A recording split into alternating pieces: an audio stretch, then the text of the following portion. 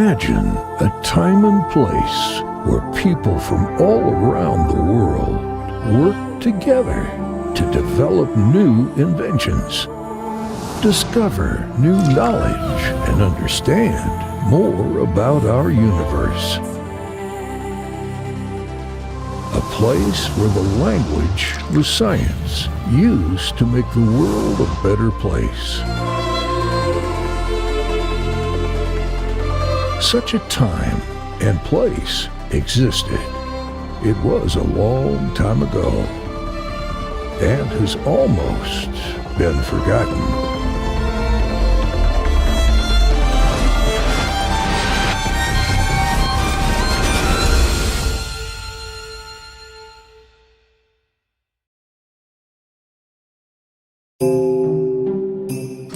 Once upon a time, there lived a remarkable woman called Mariam al-Ijliya.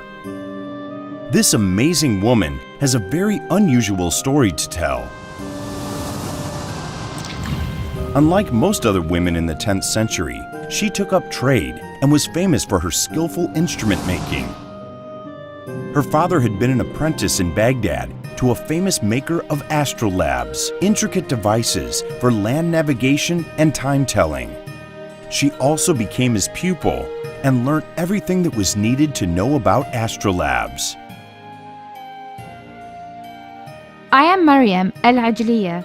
I was a 10th century scholar who pioneered the development of astrolabes, a medieval device that was the GPS of its day. The Muslims used them to find the Qibla, prayer times, and determine starting days for Ramadan and Eid. Basically, an astrolabe is an old-fashioned smartphone. Also known as Astrulabiya. Mariam worked constructing astrolabs in Aleppo, northern Syria. She was employed by Saif al-Dawla, the ruler who was in charge of the city. Al-Ijliya is a rare documented case of a woman working in science in early Muslim civilization.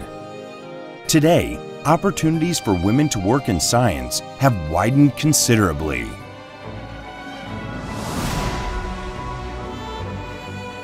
And so, as we see great Muslim minds have walked this earth, as scholars, scientists, doctors, philosophers, and engineers, the true sign of intelligence is not knowledge, but imagination. So if you dare to imagine like those before us, you will become creators who bring dreams to life.